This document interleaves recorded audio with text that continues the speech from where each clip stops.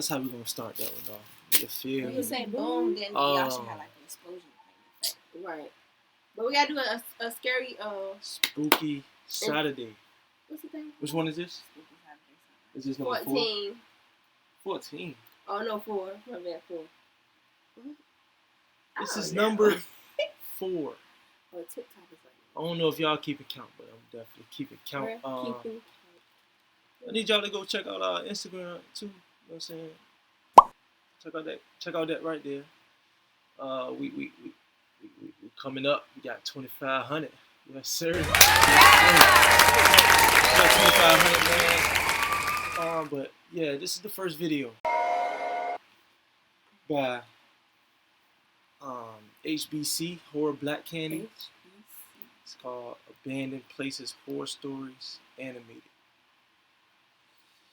Let's get right into it. When I was younger, there was an abandoned building at the bottom of our street. All of the kids in the area kept well away from it, because the rumor was that it was haunted. The concrete walls of the old 2-story building were cracked and crumbling. The windows were broken and shards of glass. I just want to know,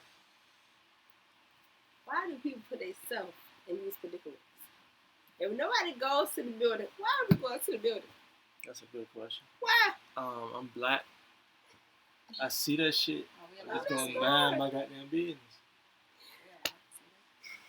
You feel me? I'm not going there.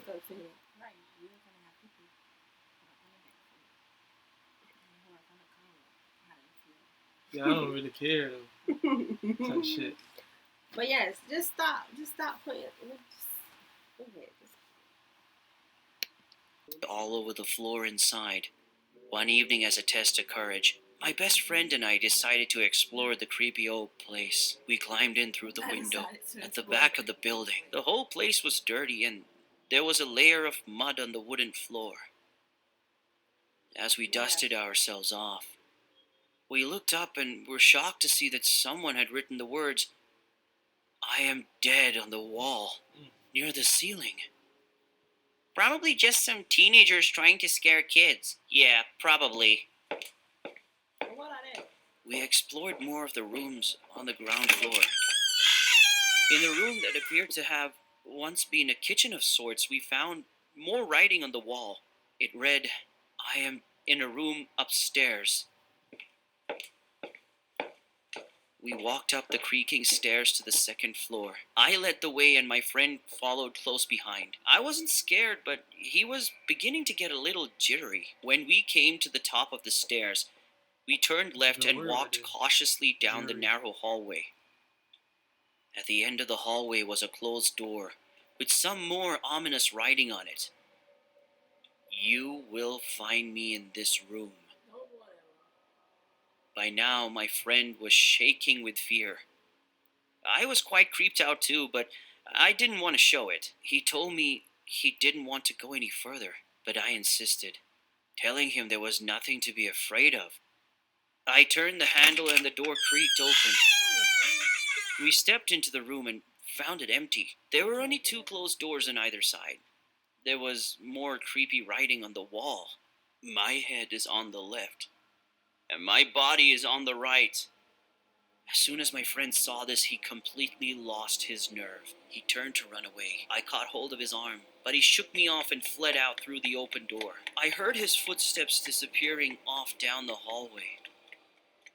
I was determined to be brave and overcome my fear, mustering all my courage. I opened the door on the right and walked inside. I walked to the other side of the room, and on the wall, written in tiny letters, were the words, "My body is underneath." I looked down at the floor. I was standing on some more writing on the floorboards. I stepped back and saw the words, "My head is coming from the room behind you.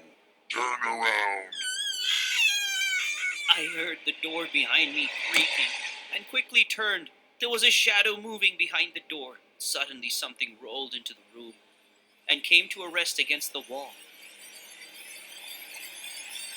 It was my friend's severed head. His dead, sightless eyes seemed to stare at me. I screamed in horror and I flung myself out through the open window, and I fell 2 stories to the ground. I landed on my side, breaking my God. arm. In horrible pain, I ran home, crying and yelling for my parents. The police were called and they searched the old abandoned building. At first, they didn't find anything. There wasn't even any writing on the wall. They combed the house from top to bottom but didn't find any traces of my friend. Then they priced up the floorboards. His body was lying underneath. They never found his head. Well, that was Uh, stupid. It just at the end got me when the nigga was stuck on the ground. Hey, the animation though, but like we said, they just started. I think they only got what 11 subscribers, so I can understand why the animations would be a little off. Why the friend that kept going didn't die? Why the friend that had to run away be the one that died? That's just stupid to me. In my opinion, they should be more descriptive of their story because it was kind of like expected. Yeah, It was. I mean we knew somebody was gonna pop Yeah. up. Right, but it kept me watching. I was good. Yeah, Yeah. I liked it, but no, it was so stupid. Next video, but this next video, hold your breath. What she's doing by Screamfest. She actually holding her breath though. I was trying to do a cover, but really didn't. You was looking down and then it was. Yeah, one is. Okay. Let's see how long it's gonna hold up. Ready, set, go.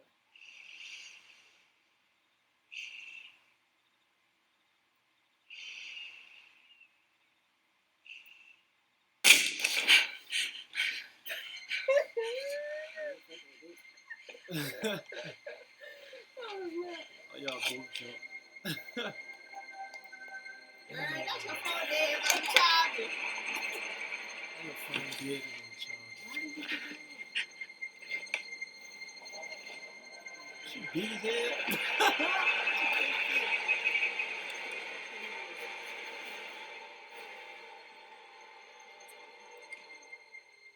It might be beside it. You ready for the jump? The lights that off of that light was blinking red. So we getting some power. She couldn't even fit all the way under. That's crazy right there.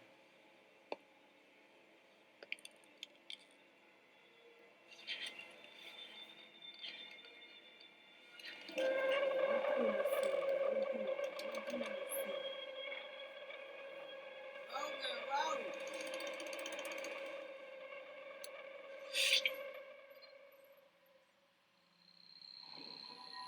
What if you just put that there? Why is the knife right there? You gotta know somebody right there. She did all this.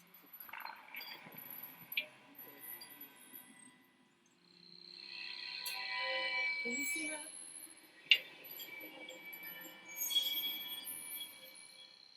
Don't get her in that bed. It's the area that you can't hear. So she got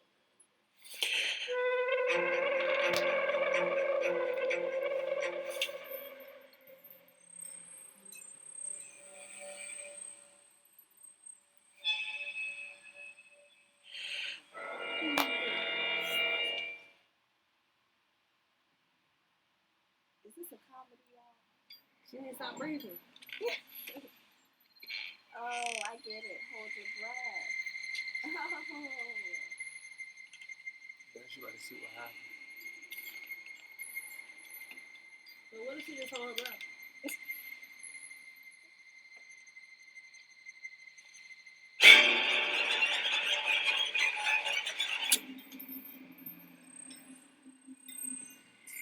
Yeah, you can't breathe.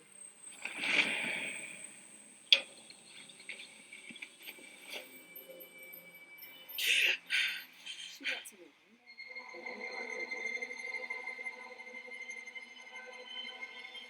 What the fuck?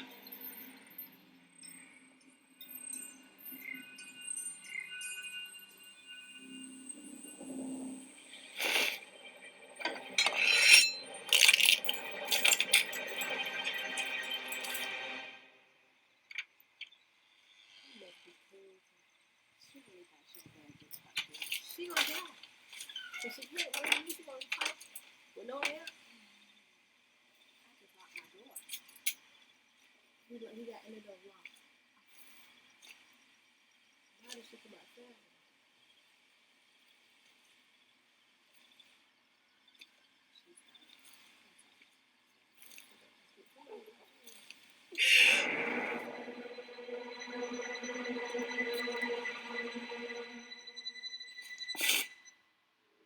Yeah, she definitely. She She never killed just killed herself. herself.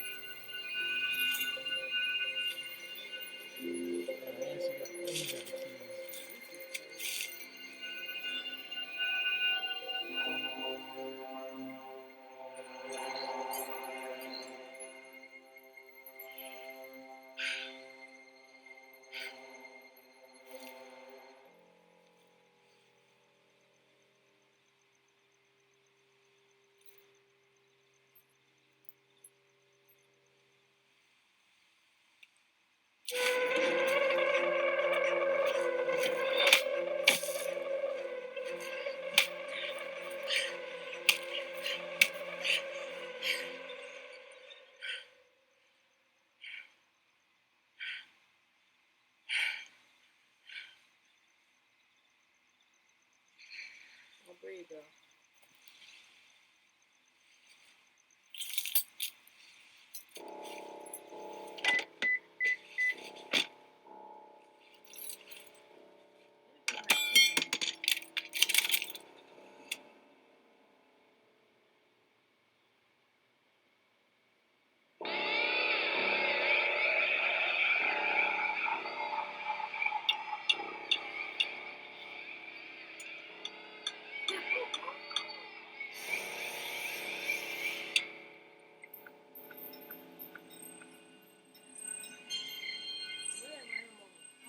She's just sleeping at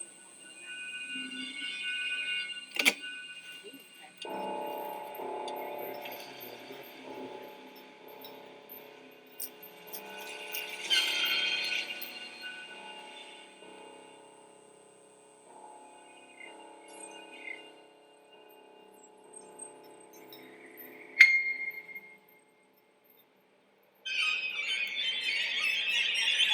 That was good right there. That jump scare in the beginning got me though. Off the rip. That's how we get into it. That's why I be liking these scary Saturdays. You go ahead That keep was a good one too, even go though ahead keep these up. Next video. Alright, so this next video is Two True Horror Stories animated by Wansi Entertainment. Let's get right into it. I was 19 years old when this happened to me. I was a sophomore in college, and it was winter break. My parents were busy this Christmas, so my cousin Brody came over to stay with me in my dorm to keep me company. That night, after Brody arrived, we watched some scary videos on YouTube for a little bit, doing random stuff. After a while, my computer died, and we got hungry. Brody and I decided to head down to the cafeteria.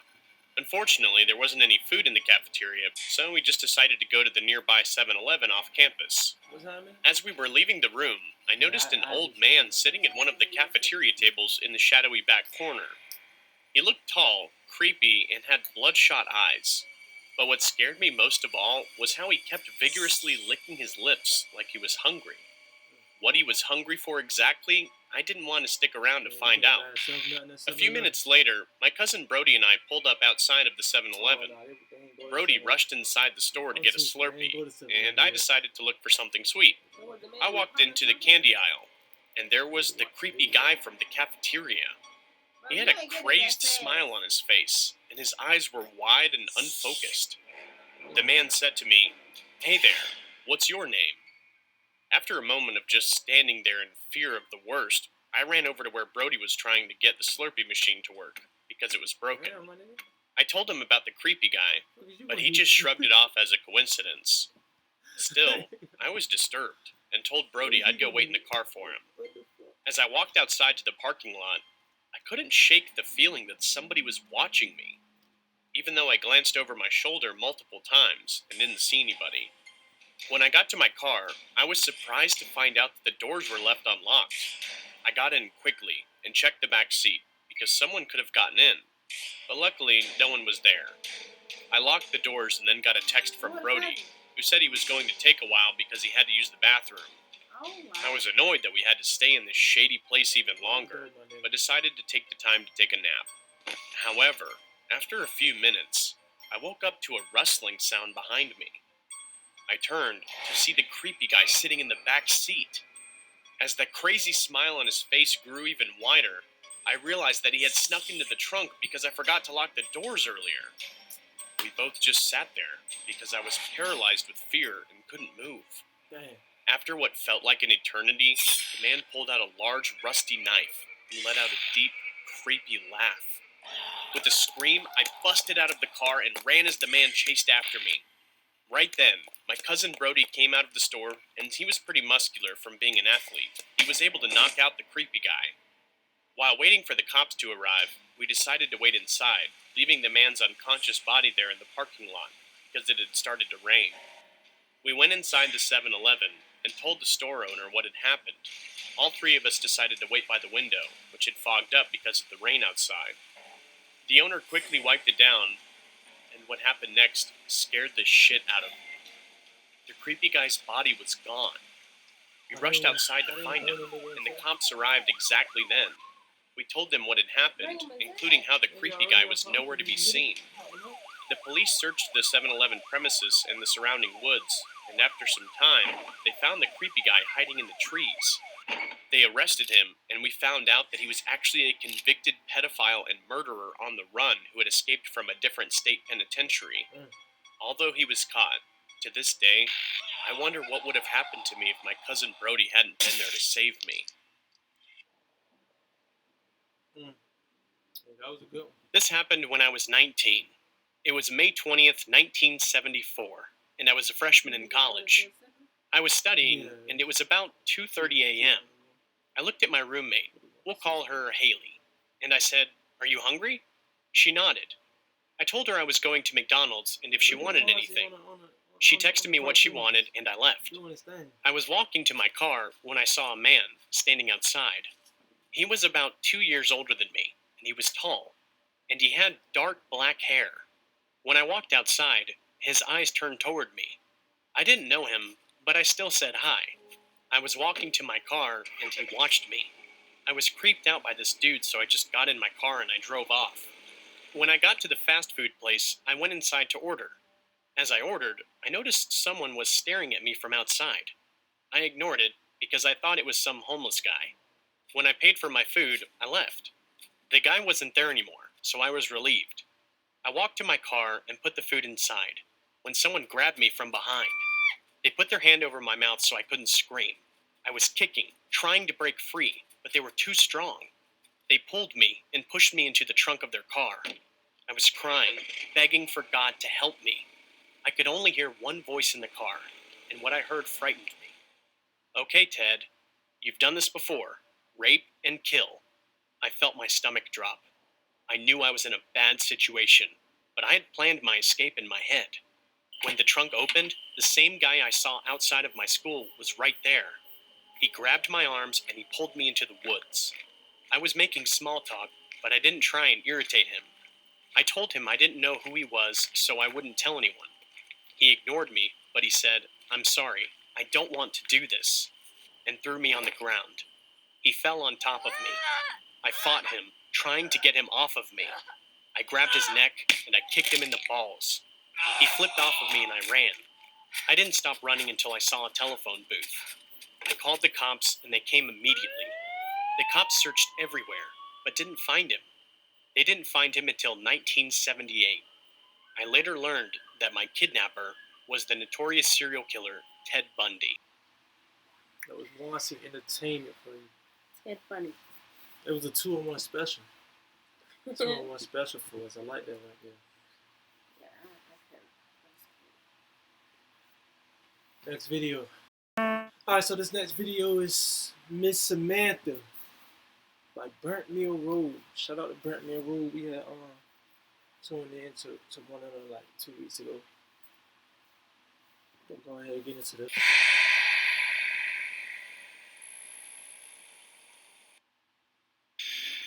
Day 44, I've tracked Samantha Morton to this location. I believe she's been surviving rummaging through dumpsters at this local high school. Mr. Morton, your daughter is alive, and I will bring her back to you.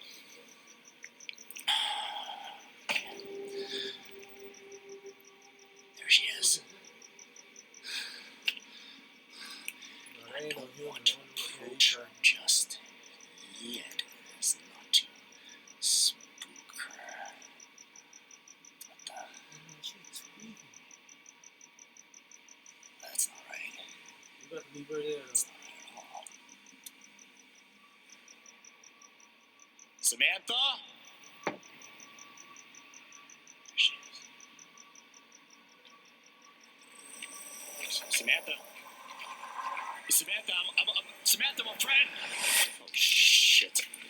Shit.